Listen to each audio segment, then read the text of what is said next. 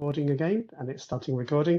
And Odetta, thank you very much for giving me the information. The question which we couldn't answer in real time in terms of how much the success rate goes up for reapplications. It actually increases by 50%. So it's 50% higher than the success rate of first-time applicants. But again, we'll put that in writing afterwards, but just so we answer live. So now we move on to two other aspects of the application process, one which we've already had some questions on, which is preparing the budget associated with your research. And I'd like to give the floor to Catherine Merola, who's a financial advisor in the grant management department. So Catherine, you can share your screen and start your presentation. Thank you. You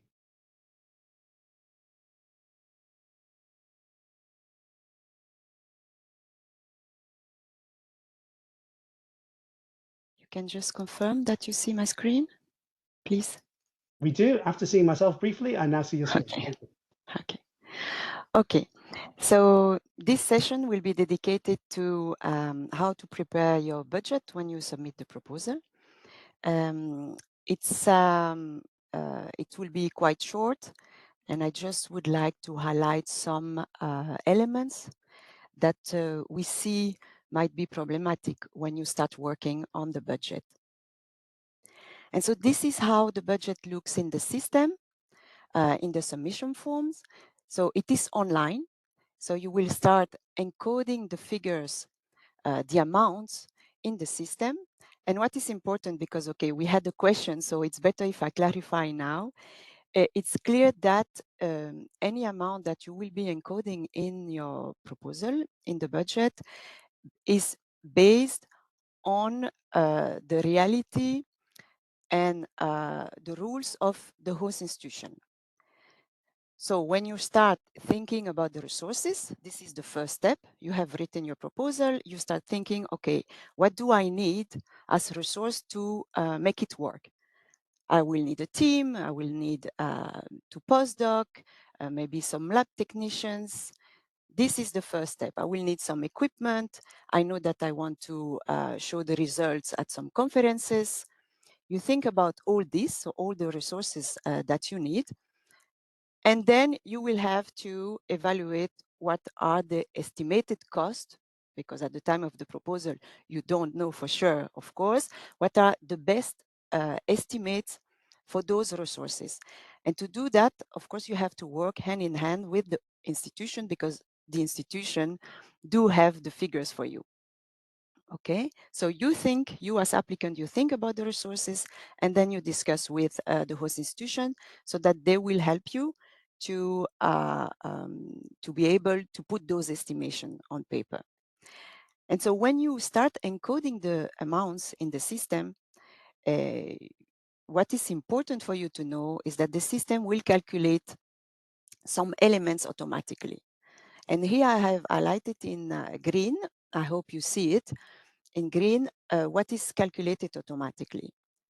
So you start encoding personnel cost, equipment, publication cost, and the system will automatically calculate the 25% overhead you are entitled to over those direct costs.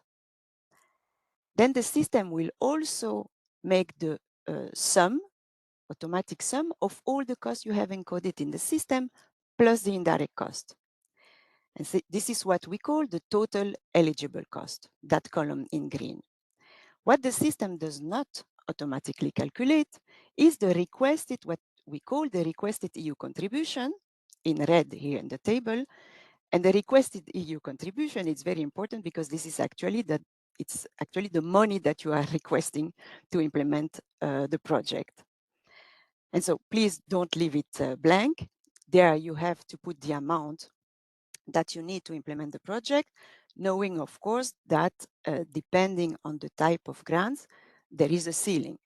So if you're applying for a starting grant, you know that you cannot request more than 1.5 million, with the exception of additional funding, but I will come back to that. In principle, you cannot request more than the total eligible cost that you have encoded in the system.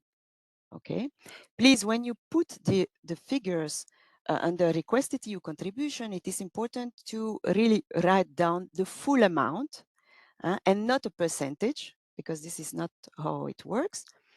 and not amount in K figures. So don't put 150K, because the system does not understand that you are talking about 1,000 euros. Okay, so just write down the full amount. And so here it's just a short explanation of what I have just told you about how the budget is shown in the system. Now, what is important that is not written directly on the slides is that, of course, when you discuss with the host institution about the estimated cost that you want to put in the system and that you would like to claim to declare to the agency, is that only what we call eligible costs must be encoded. And what are eligible costs? This is where you really need to discuss with the host institution, with the financial department of the host institution, because they would know, they would be able to guide you through. We have rules explained in the grant agreement, but you will also find some guidance in the information for applicants. And for example, in the information for applicants for advanced grant, in the last call, we have even, we had put even a list at the very end of the document, a list of the most common ineligible costs, for example. So those one, you know that you should not put them in your proposal. Then you have encoded all the figures. And of course, we just had a question. You have to explain why you need that amount of money, why you are requesting 1.5 million for a starting grant or 1.2 million for a starting grant, because as we said, this is the maximum. You are not obliged, of course, to go for the maximum. And there you will have to encode the justification in what we call the resource section. So it should not be long. You see that you have 8,000 characters anyway, but it should be really precise and it should make sense in view of how the need of the project.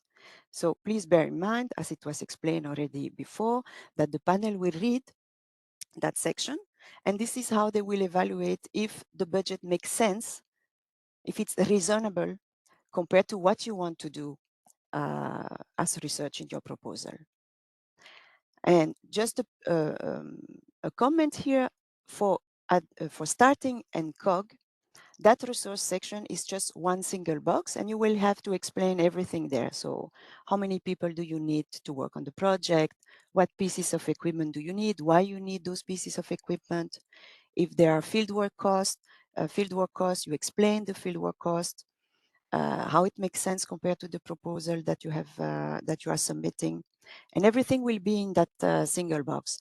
For advanced call, that is now a different model, the lump sum model, we have separated the boxes. And so you will have one box for personal cost, one box to explain subcontracting, one box to explain additional funding, and everything will be there in separate boxes. So somehow it will be more structured for you.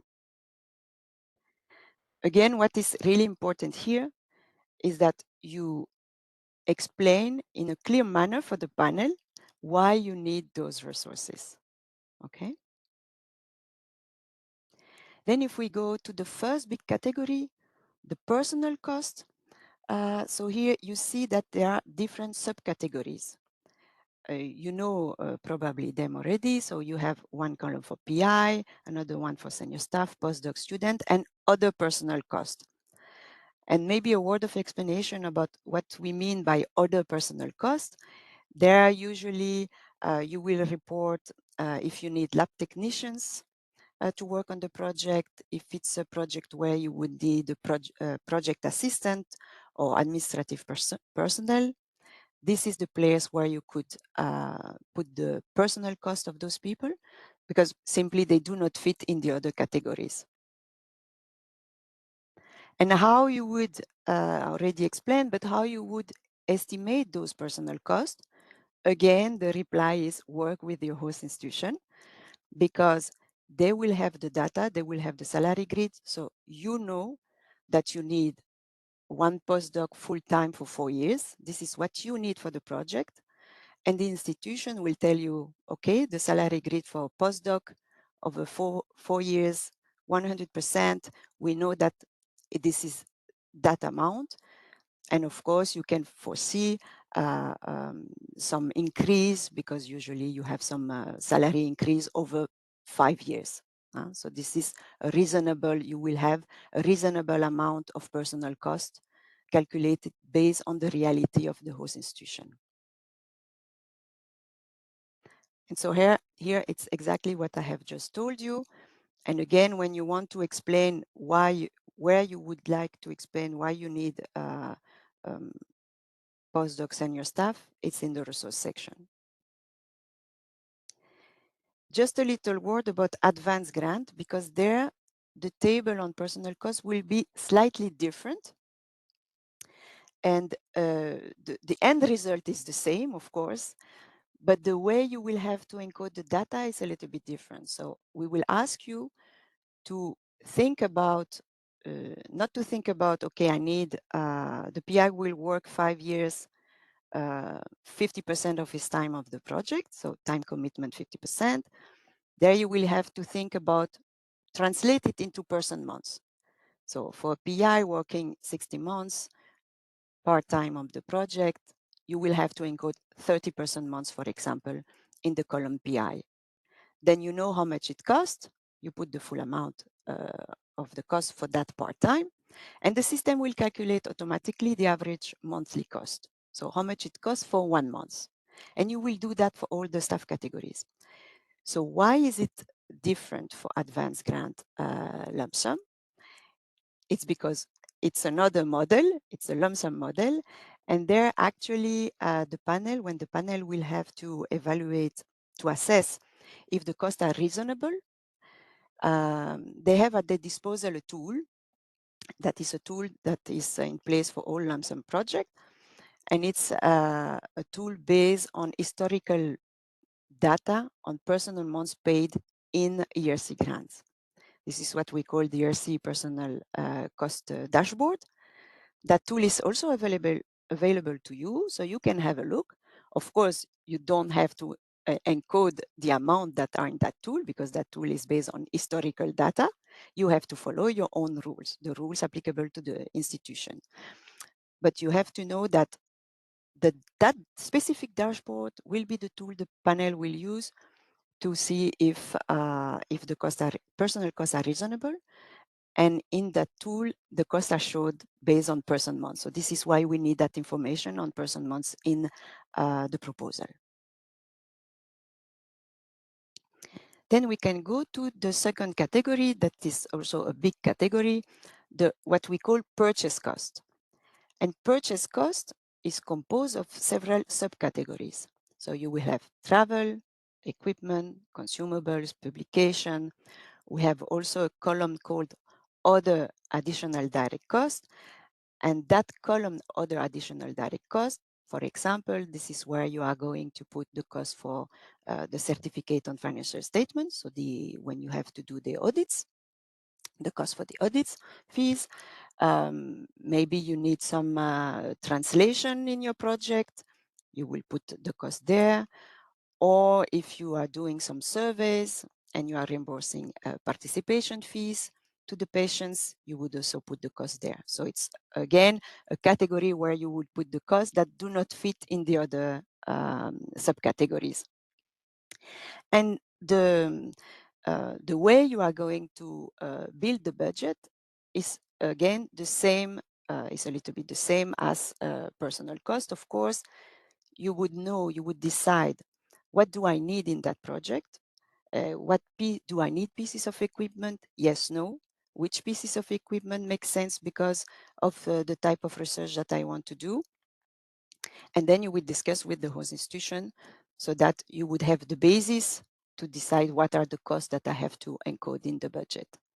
For publication, the same. You will estimate how many publications do I want to produce during those 5 years time project. And based on that, you would know what is the usual cost of a publication, and you will make your calculation based on that.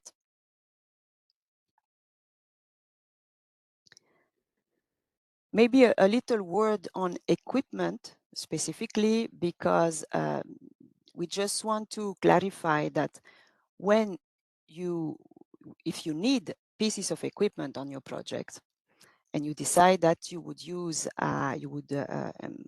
claim those costs to the agency and put the estimation cost in the budget table, it is important to take into consideration that we do not reimburse the purchase cost of the equipment. What is reimbursed is the depreciation cost over the duration of the project of those pieces of equipment. So again, this is something that you would need to discuss with the institution, because they will provide you with what is the policy in terms of depreciation for that specific type of equipment. And it is especially important for advanced call, again, because we changed the model. Now it's a lump sum model. For the advanced call, you are requested to upload a mandatory annex that is what we call the equipment depreciation table. So for the time being, it's an Excel table where you will have to list all the pieces of equipment, the depreciation policy, and the end result, what is the amount that will be encoded in the proposal, in the budget, in the proposal. And to fill in that equipment depreciation table, you really need to work hand in hand with the institution. And of course, that equipment depreciation table is also shown to the panel. So it's important to fill it in correctly. And again, another aspect about equipment, I just told you that we only reimburse depreciation cost, but there is an exception. For this, of course, you always have to check the work program to see if the exception is in the work program or not. But there is an exception when it's allowed in the work program. See, in some very specific cases, exceptionally, we could reimburse the total cost, so the purchase cost of the piece of equipment. But for that, really, you have to explain in the proposal, so in the resource section, why you need to get the full reimbursement of that specific equipment piece of equipment. And it needs to be carefully explained. It will be assessed, and based on the assessment and the justification that you have provided, the request might be accepted or not. Actually, what we had in mind with that specific provision that was included in the work program is cases where you would, one of the action tasks of the project is to build a prototype. And according to accounting rules, the prototype cannot be depreciated until the moment it is finally built and put and installed and put in service. And then you can have a prototype that in the end will be depreciated only the last year of the project, but this is the main input of the project. And so this is the kind of example that might be accepted, of course, upon assessment, at the time of the evaluation. Okay. Then I wanted to talk about internal invoice and goods and services, not really to go into the full details of that cost category, but simply because we notice that sometimes there is a misunderstanding in what is an internal invoice in the meaning of the grant agreement, because there is a very specific definition in the grant agreement, and sometimes we see misunderstanding. So here you have some examples. These are the examples that I provided in the annotated grant agreement, so in the document that explain all the provision of the grant agreement. But I would like just to insist that what we call internal invoices are really invoices between the departments of the same legal entities, of the same beneficiary. And those invoices must be based on unit cost. And so the key word here is unit cost. And unit cost is a fixed price calculated by the host institution, and that does not vary. So if you need to use a facility, it's 10 euros per sample, and the amount does not move. And why is it important to understand what is an internal invoice in the meaning of the grant agreement? It's because when you would encode those costs in the budget table, those costs specifically would not generate the 25% overhead. So I told you, yes, indeed, when you encode all the amounts in the system, There would be an automatic calculation of those overhead, 25% overhead on the direct cost, but the internal invoice are not taken into consideration. So it's important for you to really think through and seek advice to the host institution to decide where to put the cost. And then I would like to finish with what we call additional funding. And we don't need to look at the budget table because you can put the additional funding in several categories at the time of the proposal. What is important is that above the maximum contribution that is foreseen in the work program, so 1.5 million for starting, 2 million for COG, and 2.5 million for advance, if needed for the project, you can request at the time of the proposal, so this is very important, you have to think through before you submit the proposal, you can request additional money up to 1 million for specific purposes. And so usually you go to the work program and you check what are the conditions. So what is on the screen now is the purposes that are now in the work program for some years. You would have what we call startup cost, meaning you can request additional money if the principal investigator comes from outside the member state or an associated country and is coming back or is simply coming to a host institution established in Europe. This is what we call startup cost. If you need a major piece of equipment on your project, you can also request additional money. If you need access to very large facilities, the same. Or if your project includes major experimental or major fieldwork cost, you can request on top of the maximum EU contribution foreseen in the work program. So there you have to think a little bit why those costs could not fit within the regular funding, why you need extra money up to 1 million, and you have to explain this, of course, in the resource section that I showed you before. It's very important that you explain clearly why you are requesting more money, what is the purpose, because it can only fit in one of those four that you see on the screen, and this will be assessed by the panel.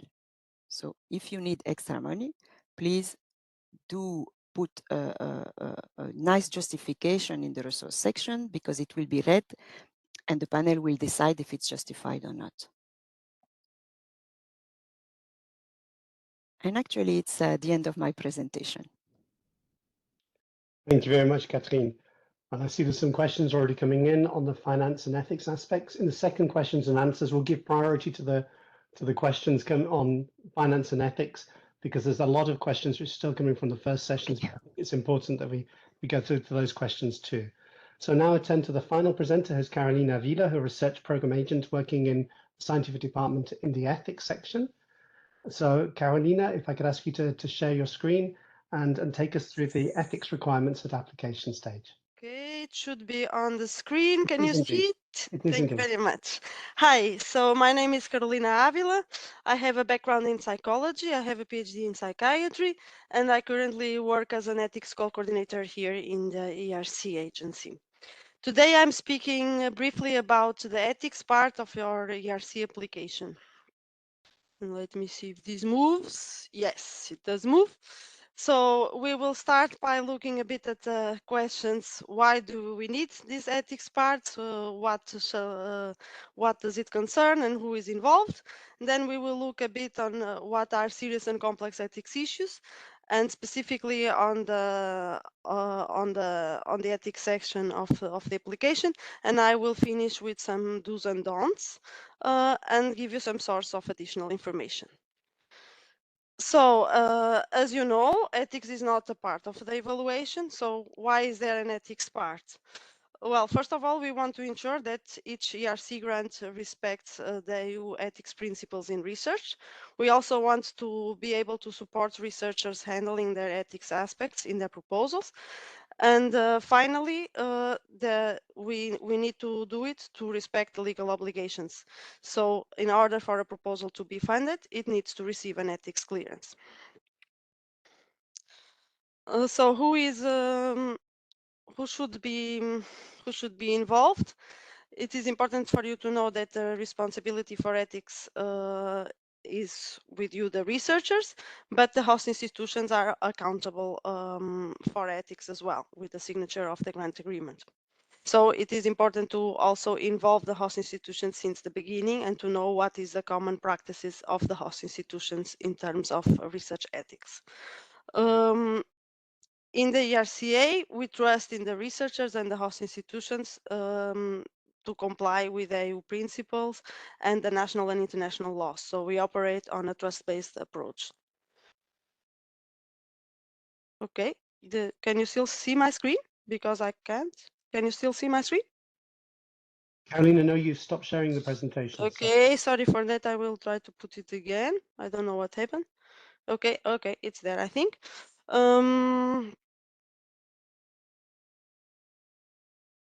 So it keeps. Sorry for this. Okay, I think I need to. Okay. Does it work now? Now it's not. I cannot move it. Then I would suggest just stopping sharing and starting it. Okay, it No, came. no, Sorry. Now it's working. Sorry for this. don't worry, these things happen. It happens indeed. So the ethics in your application, where do you find it? The ethics is mostly covered in the part A of your application. So there is the ethics issues table, which you'll find in part A. There is a template for your ethics self-assessment. And you can also include annexes to your application. And sometimes it's useful to include their ethical documents, as Odette already mentioned before. The ethics issues table, you have a small print screen of it. So it's simply a table where you are requested to tick for each category whether you are using any of those things or not. And then it has a set of subsections. So the sections are human embryonic stem cells and human embryos, human participants. Human participants is a fancy way to say people. So whether you are doing research that actually involves persons, so not human tissues, not samples, but the actual people. Then we have human cells and tissues, personal data. Data belonging to people, but not the actual people. Animals, whether you are conducting any activity in non-EU countries, issues related to the environment and the health of safety of also the research participants and the researchers themselves, whether you are using artificial intelligence, and whether there are other issues that you can identify. Also, cross-cutting issue, the potential misuse of research results. So after you go through the table, you will need to elaborate on these issues a little bit in your ethics self-assessment. So the ethics self-assessment is composed of 2 sessions. In the first one, you are asked to describe what you are doing, and in the second one, how you are complying with the different legislation. So maybe you are working with animals, and in the first section you will say, I'm working with animals, I will use, I don't know how many mice. And in the second part, you will explain that you are complying with the animal directive and how do you comply with it, and what are you doing in order to reduce the number of animals you are using, for instance. Okay. So some of you sometimes, or some applicants sometimes ask, how long shall we write? Well, it's really write as much as you need and as brief as you can. So there is really not an ideal length. So it will depend a lot on your project. For some of you, it's not even necessary. Some of you don't have any ethics issues. Many of you don't have any ethics issues in their proposal. So 1 sentence is fine, or even or even anything is fine. But some of you might have particular issues, that are particularly complex or serious, and this might require writing a bit more. So it's also perfectly fine if you cannot identify any ethics issue in your proposal. It is expected that a lot of proposals don't have it. But as I was saying, for some of you, there might be some more serious or complex ethics issues. So what are those? Those are, for instance, things that have the potential to violate the fundamental rights of people. Things that can result in a significant harm, whether it is a psychological or a physical harm to people. When you are using technologies or methods that have not been sufficiently tested, and therefore we are not sure of the outcome. Things that can raise significant ethics issues or ethics issues at scale, and things that raise many ethics issues or intersectional ethics issues.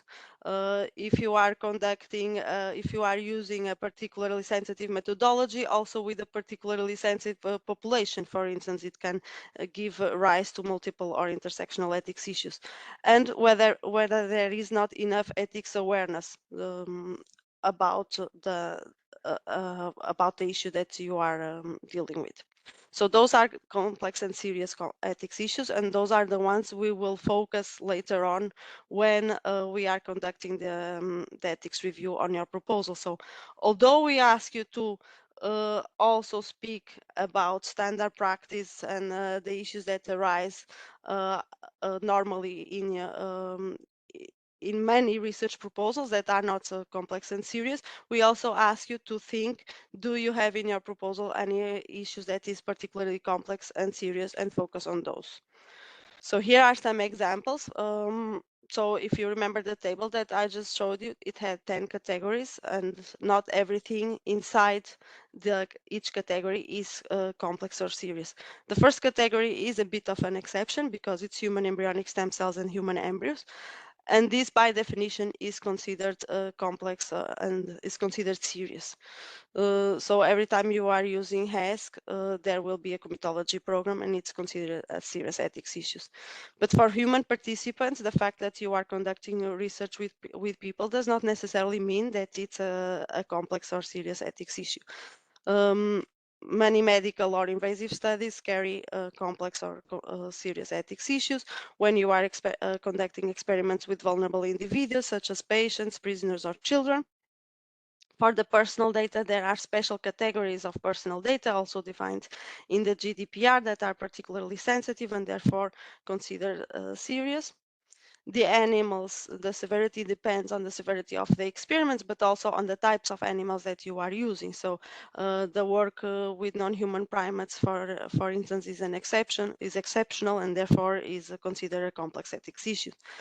Non-EU countries, of course, not everything you do in the non-EU countries is serious or complex, but if you are, for instance, going to a non-EU country to do something that you wouldn't be allowed to do in an European member state, then this would be considered a serious ethics issues.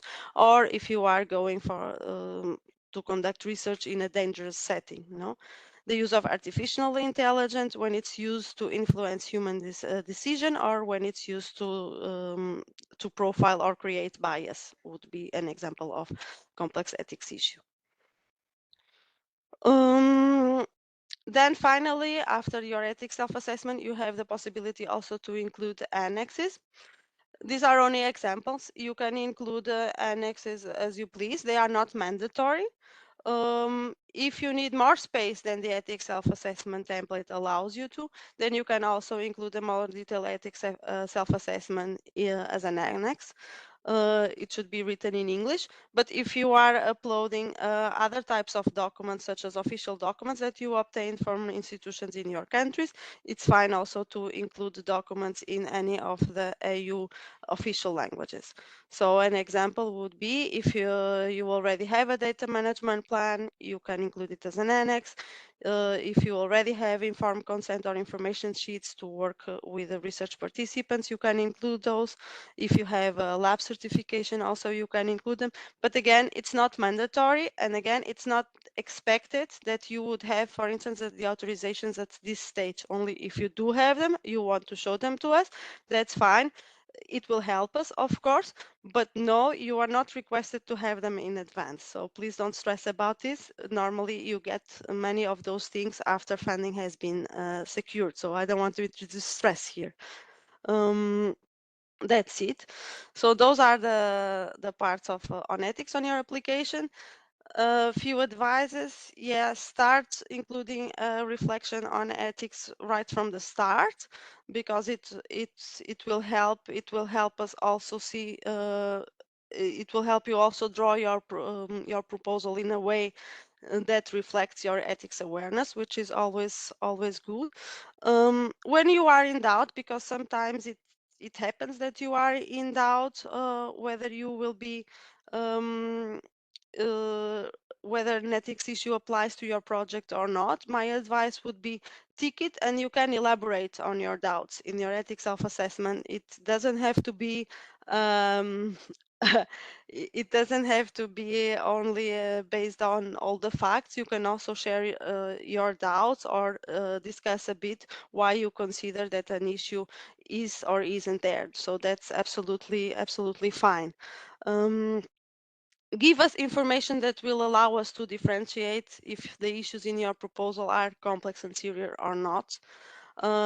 Because sometimes there are details in your that for the scientific part of your application might not be so relevant depending on your proposal, but might be relevant for the ethics dimension of our proposal. So if it's the case, you can elaborate on your ethics self-assessment. So for instance, it might not be so relevant at the first glance whether you are conducting research with minors or whether you are conducting research with 20-year-olds.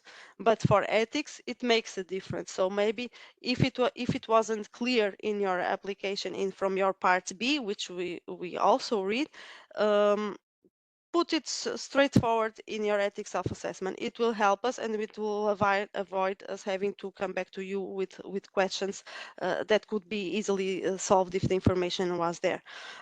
Again, if you have relevant annexes, include them. It's even if you include something that at the end turns out not to be so relevant, it doesn't affect anybody. So include them. And also, please check the guidelines. I know sometimes the problem is not that the guidelines are missing. The problem sometimes is that we have too many guidelines. So I understand that. I understand that you have too many guidelines to read at your application phase. So at this phase, I don't recommend you read everything we have on ethics because it's a lot. But at least the basic ones, there is one, how to complete your ethics self-assessment. I think it is very useful for you. You don't have to go through everything into detail, but to just go through it. It goes category by category, so it is easy for you to identify the parts that you should be reading. So for the don'ts, don't think that issues depend on the general domain that your research belongs to. So saying it in an easier way, yes, it's true that in certain fields there will be less ethics issues. Not necessarily that that if there are any, they wouldn't be complex or serious. So, for instance, indeed, we have less proposals in the physics and engineer domain with ethics issues. However, some of these proposals have issues that are complex and serious. So yes, of course, to certain limits. If you are having a purely mathematical project, my first guess would also be that there won't be any ethics issues in your proposal. But still, don't think that the issues belong to the domain. The issues are project specific. So reflect on your project, not on your domain. Try not to do it in the last 5 minutes before the submission of your proposal, of course. And don't think that if you don't take an issue, it will be less work in the future for you, or it will go unnoticed, because it's simply not how it works. We will see the ethics issue table, but also the whole part B. So it's better to even take something more that turns out not to be an ethics issue and include in reflection than trying to abstain to taking issues thinking that it will go unnoticed. So that's it for my suggestions. Again, Odetta already said it, but also for ethics, use the resources that you have at your disposal. So I keep insisting on this because we keep seeing how institutions sometimes have lots of source of information and people that are really there trying to help researchers, but somehow the communication is missing because they don't know that you are applying, and you don't know that they exist. So sometimes it's good to reinforce the message that your institution, sometimes they have ethics committees, they have data protection officers, they have legal departments, and they have previous experience. And even if they don't have previous experience with an ERC grant, they have sometimes previous experience with research ethics and with EU-funded research. So it's worth trying to look for support since the beginning. And if somebody from the host institutions is also listening to me, not only the researchers, it's also nice to support the part on ethics since the beginning. So regarding guidance documents, as I said, we have a lot. I will just emphasize two. The first one is how to complete your ethics self-assessment, and at this point that you are applying, it's the one that is worth reading or checking. And we also, if you think that your proposal might be raising serious and complex ethics issues, then you might also want to look at this identifying serious and complex ethics issues in EU-funded researches. And if you look at this both, then I think for me it's the hollow frame of the guidance documents, and I think you are pretty much covered. However, it's also important to know that we have many other useful documents, and also for specific things. So for instance, if you are using functional magnetic fMRI, there is a document just for this. So it's worth, if you are doing something specific, you might also want to look at what else is there. And I think that's it. That's the message that I wanted to convey. Thank you. Thank you very much, Carolina. If I can ask you to stop sharing your screen. Sure.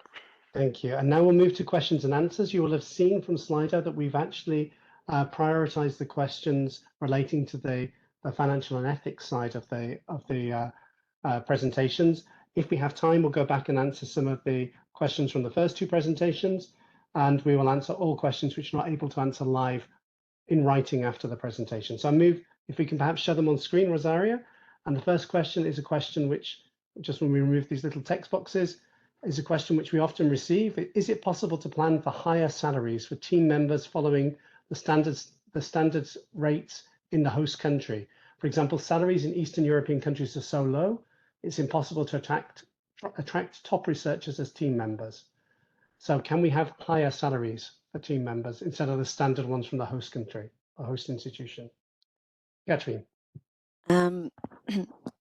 So I think you should go back to the annotated grant agreement, where there is a chapter on additional remuneration. So maybe it's not called additional remuneration anymore, because between H2020 and Horizon Europe, there were a few changes.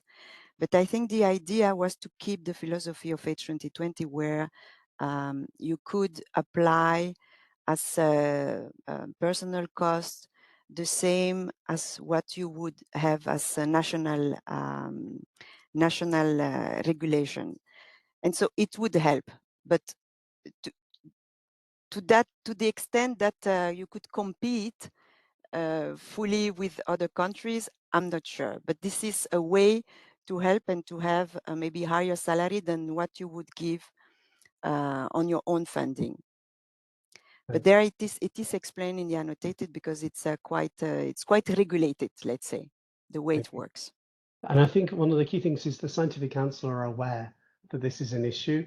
It's something which they've spoken about a lot, and it's also where to interact with your national contact points and your host institution finance offices. They know the rules and regulations on this, and so these kind of tips which Catherine just gave, they know the answers to that as well. So it's really important to work with them in advance. We know this is an issue, and there are some ways of trying to adjust that in a little way, as Catherine set out. So the next question is actually less on finance, and maybe I come to Odetta or to Maxime, because it's talking about PI commitment, which I think by that they mean PI time commitment. And of course, the time commitment is different for the different types of grants. Maybe Odetta, I can come to you. Yes, so there is a minimum requirement on how much time commitment you are supposed to to ensure for starting is 50% of your working time, consolidator 40, and advance 30%. So when you submit your application, you have to indicate your commitment there, and needs to be higher than these numbers. These are minimums. This is assessed by the panel in step 2. And the idea is that it should be realistic with respect to what you are proposing. So there is no absolute correct number, but if you are proposing a project that requires a lot of work and you only promise to commit, I don't know, 40% of your working time, they might wonder how will you be able to run this. On the other hand, if you put a commitment of 100%, saying all my work will be dedicated to this, they might wonder, don't you have other grants? Don't you have teaching duties in your university and so on? So this thing with let's say with about this number as something that needs to be proportional to the work that you promise to do. Thanks, very clear. So the question, which I think is probably for Catherine and also for Odetta and Maxime, you said in part B2 to explain the budget. So in terms of what goes in the narrative part as well as in the forms, I think is what the question is. So maybe I go to Odetta and Maxime first and then to Catherine afterwards. So Odetta, I see you on screen, so I'm coming to you. I think this is something coming from the fact that maybe what's not clear. You need to explain the budget details in the part A, in the funding and tender portal. You don't need to repeat them in the PDF of part B2. This was supposed, I mean, it was the case some time ago, but now it's changed. And I'm sorry for this confusion, but that text that you put in part A will be assessed in step 2 together with part B2, but you do not need to repeat it. Thank you. Maxime, anything to add from your side? Catherine, anything to add? No. Okay. Then it comes to the question, which I think is one of the most misunderstood terms. It's relating to additional funding. And of course, additional funding, as Catherine and Maxime explained, whilst it's additional, it's things which you apply for at the time of application. It isn't funding which comes subsequently. But the question is, if the proposal includes work on specialized equipment, should it be included directly in the proposal budget or added later through additional funding? So Catherine, maybe you want to explain again the additional funding. Yes, yes, indeed. Maybe I didn't mention that once. So of course you have to request additional funding at the time of the proposal. If you do not include the request for the additional funding in the proposal, it's too late afterwards. But when you do that at the time of the proposal, of course, the amount, the funding in itself, you put it also in the budget table, okay?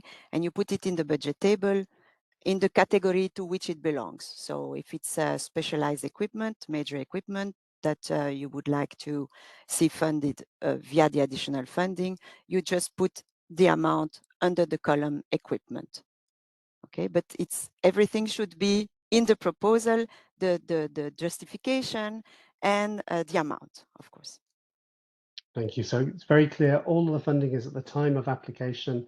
There isn't a system where you come back later for small top-ups in certain areas for that proposal. The proposal needs to be costed as it is. So a question, Catherine, for you. With budget cuts in countries, it's become difficult for universities to support senior postdocs for the ERC unless they charge 100% of their salary. In that case, can an additional 1 million be charged for research? So on the screen, I showed the 4 purposes for the additional funding, and none of those cases are related to personal cost. So at least as it is now in the work program, there is no additional funding that you could use to fund more personal costs. Those personal costs, they should always fit in the regular budget. Thank you. And I think, as Catherine carefully said, now this is an issue which the Scientific Council is discussing actively, and there may be some changes for this in the forthcoming work program. This is still not decided, but I think that's why it's important to check the exact goal that you're applying for at the time of applying. So the next question again for you, Catherine, if the salary in the host institution is low, so employees, postdoc students, it means if I get an ERC grant, my team will have a low salary. Actually, once you get so there are 2 steps. The first, the way you will estimate the budget at the time of the proposal. And of course, I mean, you will have to respect the rules of your own institution. And then later on, once the project is implemented, that you will have to report on the cost, you also have to follow the rules of your institution. So you keep following what is the salary grid to make it simple of the host institution. And now, if there is an increase in salary during the project implementation, because of course it happens with seniority or changes in the team, you will claim the costs that are actually incurred by the host institution, including the increase in salary. But you won't be able to claim more than what the host institution pays actually to the pays, including social security, taxes, etc., etc. Okay. Thank you very much. The next question actually comes back onto something which Odetta just mentioned in terms of time commitment, in terms of what about teaching? So does the host institution decide on the PI salary and how it changes, or is there some specific ERC documentation? And are the teaching hours or didactic hours decreased so that they can spend more time working on the project? What's the good practice here? So I think perhaps the first question is more for Catherine. The second one, I would say for Maxime and Odetta and Catherine. So maybe you answer the first question first, Catherine. Yeah. So again, I think it's the same as what I have just said before. There is no specific documentation. All the rules about personal cost that we follow at the ERC are the rules for the whole Horizon Europe family, let's say, and they are the ones indicated in what we call the annotated grant agreement. So that document that explains everything in the grant agreement, where you will find the details on how personal cost works. But it's true that there is no minimum amount, no maximum amount. We follow the rules of the host institution. Okay.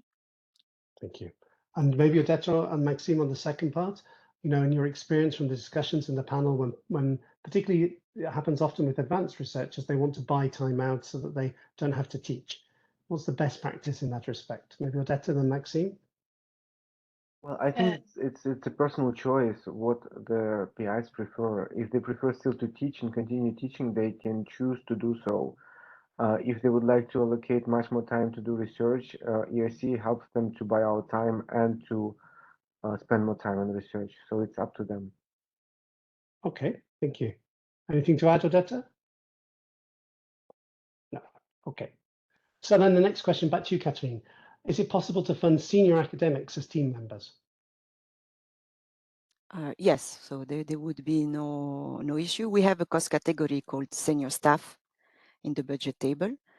So I don't see any problems with that. And it would need obviously to be reflected in your proposal what these Yes, collaborators and these team members are doing, so that'd be fully evaluated in that exactly. respect. As any other staff category or staff members that you need, that we would work on the project. Yes. Thank you.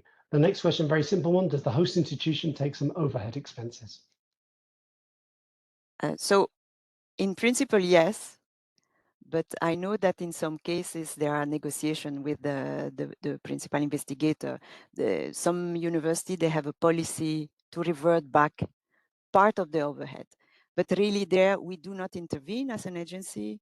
It's really internal policy of the host institution. And just in terms of the overhead rate, Catherine, maybe you can Yes, explain this. so just a reminder, is 25% of all the direct costs that you have encoded in the budget table, with the exception of subcontracting and internal invoice. Thank you. So it's a fixed amount. It's not something which varies with host institutions. Okay. Then a question which I think is really important for those at the start of their academic careers, so they may not have a formal post yet. Can you put your own salary into the budget? If so, how does it vary, for example, in terms of a postdoc in the final year of the contract, or the additional salary for a permanent faculty member? I think the second question is what you've answered already, Catherine, in terms it's the salary scales of the host institution, but is it possible to put your own salary in the budget? So I suppose we mean the salary of the principal investigator in PI, this case. indeed. Yeah. And so, yes, of course. So how does that work? Is that it's so for the principal investigator, senior staff, postdoc student, it's exactly the same rule. you will estimate what is the personal cost over the 5 years on the project, including increases in salary that you can foresee because you have already the experience of the past, and you know that maybe after 3 years, 4 years, there is an increase in salary of 1%, 2%. This, it depends on the institution. And this, you, of course, you put it in the budget. You just don't put the actual salary today. You have to think that it's over 5 years, and there would be probably increases over those 5 years. So it's reasonable to estimate those increases as well, and to foresee, to plan for them in the budget. And as a principal investigator, of course, you can put your own personal cost. Always, and this is valid for all the team members, only for the estimated time that you would spend on the project. So you know that you would, your time commitment is 30%, you would put 30% of the total personal cost, okay? And Katrine, I'm just going to go to the third question on screen because it's related to that. What happens if I've requested money for my own salary and then I receive a job offer with the salary is paid by somebody else? Can I turn that budget to another staff position? Is there this flexibility in terms of how the budget is put in place? Yeah, so this is more question once we start with the project implementation, or sometimes at granting, it's true. Yes, so in the grant agreement, there is what we call the budget flexibility. So budget reallocations are possible, sometimes under certain conditions. But here, when we talk about personal cost, if at a certain point you say, you know, I don't need that postdoc, but I would need a student that in principle costs less, then you will reallocate the budget, and at that moment you will just reuse the money somewhere else. I hope I answered the question like this. It is, and I think this is a question which comes a lot because a lot of people when they're applying don't have a permanent position, so need to include their own salary. And then, of course, you can use that money for taking on a different postdoc or a PhD student if you don't need to draw your own salary from the grant once it's funded. So I would say the only limitation is that it still needs to make sense for the project, of course. Of course. This is the thing. Of course. And so I'm just going to take one final question, and then we will answer the rest of them online because we're coming towards the end of the time of the webinar. And so it's a question which probably we need to answer both from the evaluation perspective and also from the financial perspective. If I need a very expensive equipment and another group of the university already have such the instrument, is it okay to establish a collaboration with that group? So it's kind of internal invoicing and collaboration at the same time. So maybe Katrine first on the invoicing. So on the invoicing, I would say that, of course, if another group already has another department in the institution already has the equipment, it's clear that if you don't need to purchase a new equipment, it's fine. You would just use the equipment of the other department. And then you have to see with the institution how the invoice system works. Because it may be internal invoice based on unit cost each time you use the machine, or it could be another system that is not based on unit cost. But this really you need to discuss with the institution to know in the end where you have to put the cost to choose correctly the budget category in the budget table. And Maxime or Odetta, is there anything to be considered from the evaluation perspective in that respect? Maybe I would just add that from the evaluation point of view, what I've seen often in panels is think how much you need that equipment, because it might be available in another group, but maybe you need to use it so extensively to characterize your samples. And if you don't have access to that because it needs to be used by others, this could really jeopardize your project. So this might be a concern of the panel also while assessing the feasibility. So even if in your university an identical equipment is needed, keep in mind that you can request maybe additional funding for that exact setup and justify it because you need full access to it, or maybe simply because you might move to another place and you want to bring the equipment with you. So you can, of course, collaborate, but your project needs to be self-standing in the crucial parts. It shouldn't depend on others because this might be tricky. Thank you, very clear. I know we still have another 30 questions on finance and ethics, and I think it was about 70 on the evaluation. We've answered as many as we can live during the time of the webinar. We will ensure that we give the answers to all of these questions in writing. You can access them. Give us a few days to answer them. There's 100 questions, but you'll be able to access those answers in the coming days, probably early next week on the website for our webinar. So with that, I'd like to draw the webinar to the close. I'd like to thank you all for attending. We were up to almost 700 at one point in terms of participants. Just remind you that the recording of this webinar and all of the presentations will be available on our website in a few days, as will all of the answers to these unpublished questions that I mentioned. Probably take a little longer for those because there's a number of them.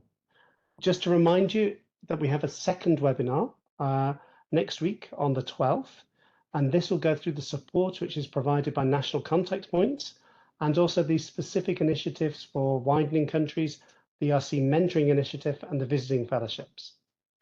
If I could ask you also to go to Slido and provide some feedback on this webinar. It's always good to get your views on whether we did what you needed, whether you preferred something differently. And so it's always good to have your feedback. Just a few questions in Slido, if you can turn to those now. I'd like to thank the speakers. I'd like to thank Odetta, Maxime, Catherine, and Carolina. I'd also like to thank my team who put all this together. You haven't seen them on screen, but it's through the support of Rosaria, Laura, and John that all of this has been possible. And then finally, I'd like to thank you again. I wish you a good morning, good afternoon, depending on where you're joining us from the world. And join us again on the 12th. If you haven't registered already, registrations are still open. So thank you very much and goodbye.